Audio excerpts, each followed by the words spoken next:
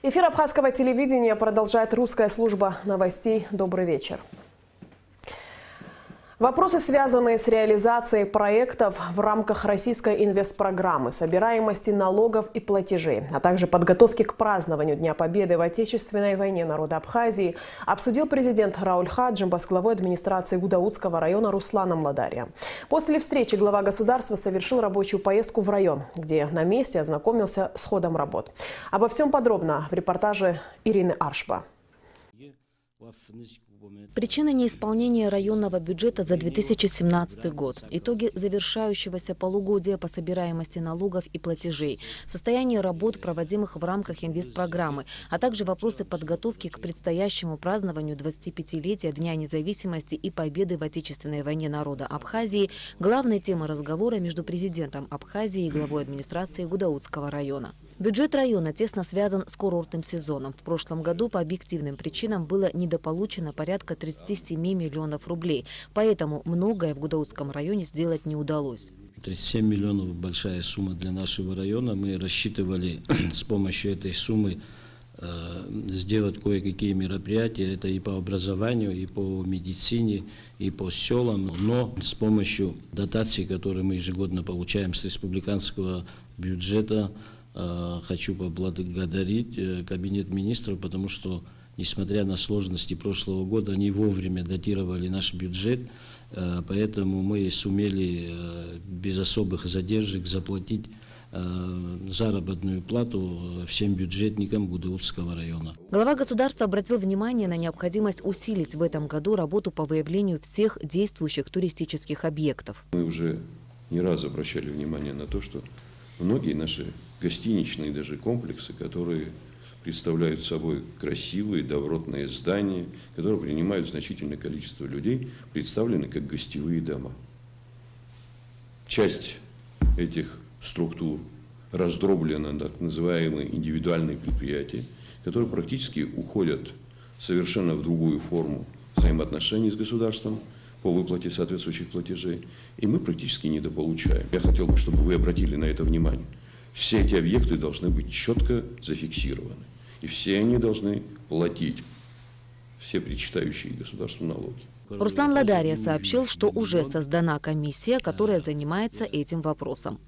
В рамках российской инвестпрограммы 2017-2019 годов на благоустройство Гудаутского района выделено порядка 1 миллиарда рублей. Глава района рассказал, как идут работы по реализации всех проектов и на какой стадии они находятся. Основная часть работ должна закончиться в 2019 году. Это у нас сейчас 2 школы в селе Лыхны в городе Гудаута, детский сад в Новом Афоне, это что касается образования. И в основном с водоснабжением. У нас водоснабжение сел и водоснабжение города самого. Там идут большие работы, особых проблем нет. Единственное, кое-где недодокументировано, если так сказать, потому что в связи со сжатыми сроками, это в основном начали осенью и зима, не успели везде. Но я думаю, что та организация, которая занимается этим, они вовремя представят документы. На данный момент за счет средств республиканского бюджета в Гудауте идут ремонтно-восстановительные работы в Музее боевой славы. Ко Дню Победы в Отечественной войне народа Абхазии эти работы должны быть завершены. Необходимо также обратить внимание и на санитарное состояние города, подчеркнул президент. Глава государства особо отметил энтузиазм инициативной группы, которая за свои средства занимается укладкой тротуарной плитки на набережной Гудауты. То, что инициатива молодых людей, которые включились в процесс облагораживания города, то, что они за свои собственные средства сегодня делают набережную, это нужно приветствовать. Им нужно помогать. Удивительно то, что когда мы от имени государства делаем соответствующие работы, сметы колоссальные. Да.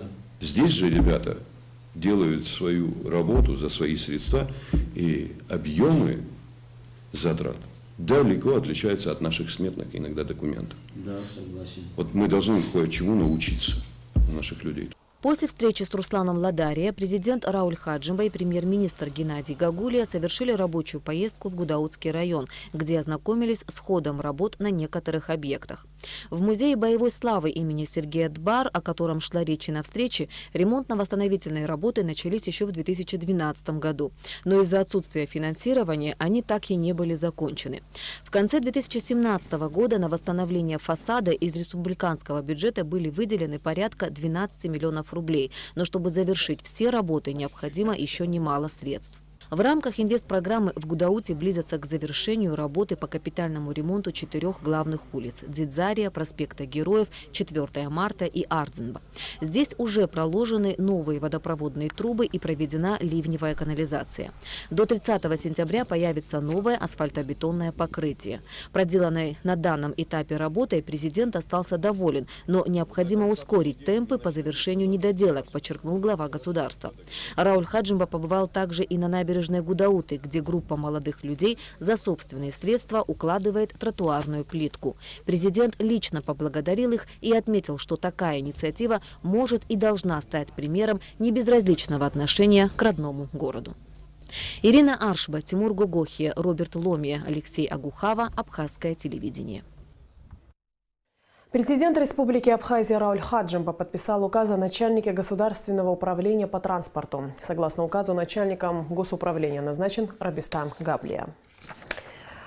Указом президента Рауля Хаджимба на Министерство экономики Абхазии возложено руководить 9 ведомствами: Госкомитетом по стандартам по управлению госимуществом и приватизации, Госуправлением лесного хозяйства, Управлением землепользования и кадастра, Управлением по строительству и архитектуре, Госуправлением по транспорту, связи и массовых коммуникаций, Службой госнадзора за деятельностью в области связи, Управлением госстатистики. Согласно указу, министр экономики дает руководителям соответствующих центральных органов госуправления и госучреждений обязательные для исполнения указания, поручения и несет персональную ответственность за выполнение возложенных на указанные органы и учреждения функций. Новая структура Кабинета министров предусматривает подчинение 9 государственных органов Министерства экономики. Это было связано с тем, что до принятия этого акта все эти ведомства осуществляли свою деятельность согласно собственным планам работы. А теперь же Министерство экономики, как орган, который непосредственно формирует государственную политику в сфере экономики, он будет осуществлять общее руководство деятельностью всех этих ведомств, сводя таким образом все усилия в одно русло, концентрируя общие усилия для достижения всех тех целей, которые будут определяться руководством страны. Эта необходимость возникла также с тем, для того, чтобы увеличить эффективность деятельности всех органов, так как теперь работа всех 9 ведомств, которые входят в общее руководство Министерства экономики, теперь они будут согласованы, все эти действия, они будут проводиться с определенной последовательностью и будут преследовать, реализацию поставленных задач, и таким образом максимально будет достигаться эффект всей нашей общей работы. Адвокаты Абхазии отметили профессиональный праздник. В конференц-зале Кабинета министров прошло торжественное заседание, посвященное 95-летию со дня основания адвокатуры республики. В заседании принял участие премьер-министр Геннадий Гагулия. Репортаж Али Китрапш. Открывая торжественное заседание, председатель Палаты адвокатов Абхазии Иван Зарандия рассказал об истории становления Института адвокатуры республики, формирование которого было заложено в далеком 1922 году, когда Ревком СССР Абхазии принял постановление об организации защиты по уголовным делам и представительства сторон по гражданским делам. А уже через год на объединенном заседании Президиума ЦИК и Совнаркома СССР Абхазии утвердили положение об адвокатуре и о коллегии защитников. И первым председателем Президиума коллегии адвокатов Абхазии был Борис Захаров. После Отечественной войны народа Абхазии 1992-1993 годов на общем собрании адвокатов избрали новый состав Президиума коллегии адвокатов Независимой Республики. С 2006 года коллегия опирается на закон об адвокатской деятельности и адвокатуре Абхазии. В настоящее время в Абхазии статус адвоката имеют порядка 100 человек. В настоящее время в ряды палаты адвокатов трудятся замечательные юристы.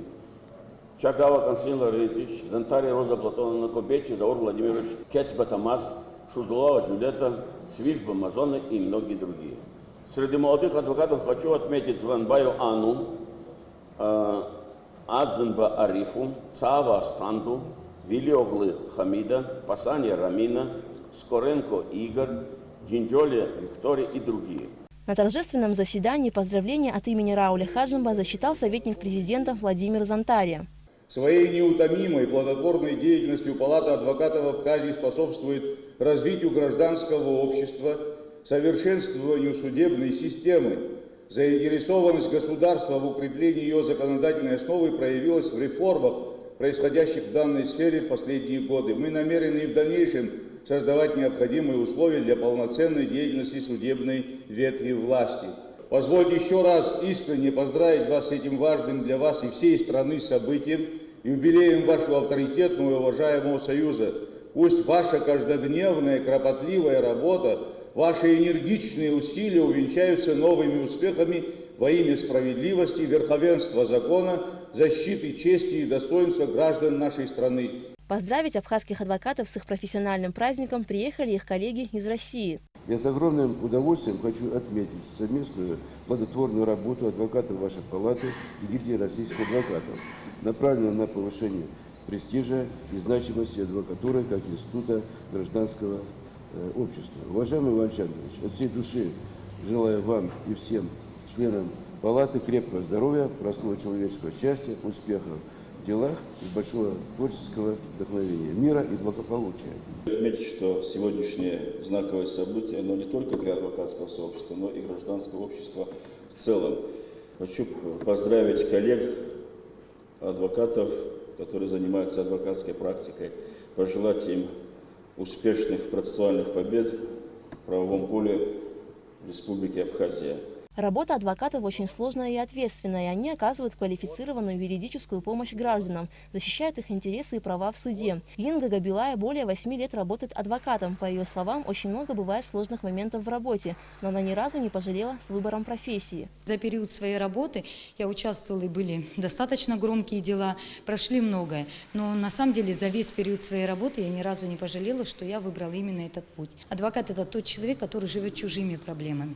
Вот если адвокат искренне живет проблемой своего клиента, он всегда победит в любой ситуации. За добросовестное исполнение профессиональных обязанностей по защите прав и законных интересов граждан и организаций 13 адвокатов Абхазии наградили почетными грамотами. Алика Трапш, Саида Гухава, Абхазское телевидение. 12 мая, в день рождения народного поэта Абхазии, прозаика и лингвиста Баграта Шинкуба, в Абхазском драматическом театре состоится моноспектакль с песочной анимацией по роману Баграта Шинкуба «Последний из ушедших». Идея создать композицию «Синтез» возникла у заслуженного артиста Кабардино-Балкарской республики Роберта Саральпа. Совместное с художником Шеомиром Гучепшоку представление по роману «Последний из ушедших» Баграта Шинкуба покажут в Абхазском драматическом театре 12 мая, в день рождения народного поэта. Тема для нас очень больная, родная. И когда мы узнали, мы познакомились с Эльвирой Анатольевной, она узнала об этой композиции, сказала: давайте попробуем, почему бы нет. И действительно для нас это большая честь. И мы очень переживаем и надеемся, что это все получится. И завтра мы покажем то, ради чего мы сюда приехали. Завершилась 4-я ежегодная международная научно-практическая конференция, которая была организована Абхазским государственным университетом совместно с Уральским государственным педагогическим университетом. В конференции также приняли участие представители Уральского федерального и Московского государственного педагогического университета. В течение 5 дней проходили лекции и семинары, посвященные обучению и воспитанию детей с различными проблемами в здоровье и развитии. Ректор АГО Олег Угварами поблагодарил всех участников конференции и отметил, что Абхазский университет и дальше намерен продолжить тесное сотрудничество с ведущими российскими вузами. Сами же участники конференции отмечали, что подобные мероприятия способствуют приобретению новых знаний и обмену опытом. Такой обмен опытом, он обогащает всех участников, потому что не всегда мы можем приехать в гости к друг другу именно на работу и посмотреть, как мы работаем. А вот такие конференции, когда собираются представители разных вузов, имеющие различный практический опыт, естественно, обогащают всех. И нас, представителей Уральской школы, и представителей вашей педагогической школы. В Сухуми прошел первый семинар молодых литераторов, в котором приняли участие учащиеся средних школ, районов и городов республики, а также студенты Абхазского госуниверситета. Семинар был организован Союзом писателей Абхазии. Тему продолжат наши корреспонденты. Мероприятие началось с возложения цветов к памятнику основоположника абхазской литературы Дмитрия Гулия.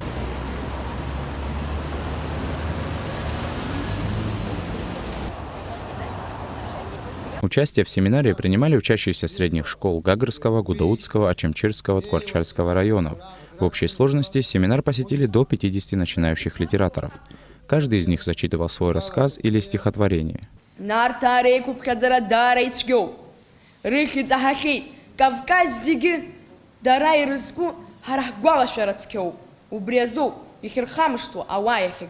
Тематика стихотворений молодых авторов была разнообразна. Строчки посвящались родине, родному языку, красоте природы, присутствовала тема войны и героизма.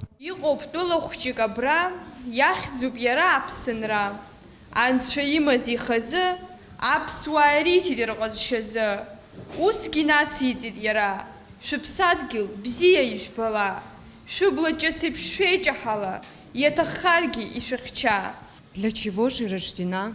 Для слез или для муки? Отчего же жизнь моя в одиночном скуте? Для кого же рождена? Для черта и для дема? Почему же жизнь моя рвет меня смертельно? Ну зачем же сны бегут мне всего лишь 20? Если скажешь, не поймут, им же без 15. В прошлом году в Союзе писателей Абхазии был создан литературный клуб, и во всех районах республики были открыты его отделения с целью поиска талантливых молодых литераторов и работы с ними. Одним из направлений литературных кружков и являются подобные семинары, которые будут проводиться раз в 2 года. Мероприятия такого рода связывают несколько поколений писателей Абхазии, и совсем еще молодые литераторы могут получить большой опыт от общения с известными абхазскими писателями. Наша цель – выявлять юных талантов. И действительно сегодня наше мероприятие показывает, что есть такие таланты, и они необходимы. В Абхазии всегда были традиции по работе с молодыми литераторами. И как бы это возобновление старых традиций. Всем участникам семинара в качестве подарков были розданы экземпляры избранных произведений абхазских писателей. Сейджер Салия, Аста Мургошба, Абхазское телевидение. Подведены итоги республиканской предметной олимпиады. В ней приняли участие 764 школьника из всей Абхазии. Из них победителями стали 270 человек. Среди участников олимпиады есть учащиеся, которые победили по 2-3 предметам. В 10-й Сухумской школе в торжественной обстановке им вручали дипломы и грамоты. Представители Московского института современного искусства в рамках визита в Абхазию встретились с учащимися Сухумской средней школы номер 2.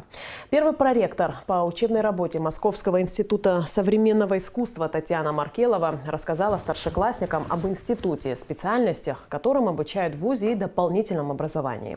Также в рамках встречи специалисты Московского института провели семинар по профилактике наркомании и девиантного поведения. Уже год Управление образования администрации города Сухум налаживает контакты с Институтом современного искусства. Наши выпускники могут ехать туда, сдавать вступительные экзамены и продолжить там учебу. Наши друзья из Москвы, из этого института готовы нам помочь в выборе профессии, провести тренинги, курсы усовершенствования по разным профилям. Мы рады этому, готовы сотрудничать, и я надеюсь, что наше сотрудничество будет иметь продолжение. Цель моего приезда – наладить как можно более тесные контакты с теми, кто занимается внеобразовательным процессом, с ее школьниками, с ее учителями, с ее взрослыми людьми, которые хотели бы повысить свое образование, которые хотели бы заниматься нашими мастер-классами, посетить наши мастер-классы. И в конце выпуска, как обычно, о погоде. По сообщению Гидромедцентра, в выходные дни в Абхазии сохранится облачная погода, временами дождь, в воскресенье днем погода прояснится. Температура воздуха ночью плюс 12-17, днем 16-21 тепла. Температура морской воды плюс 18.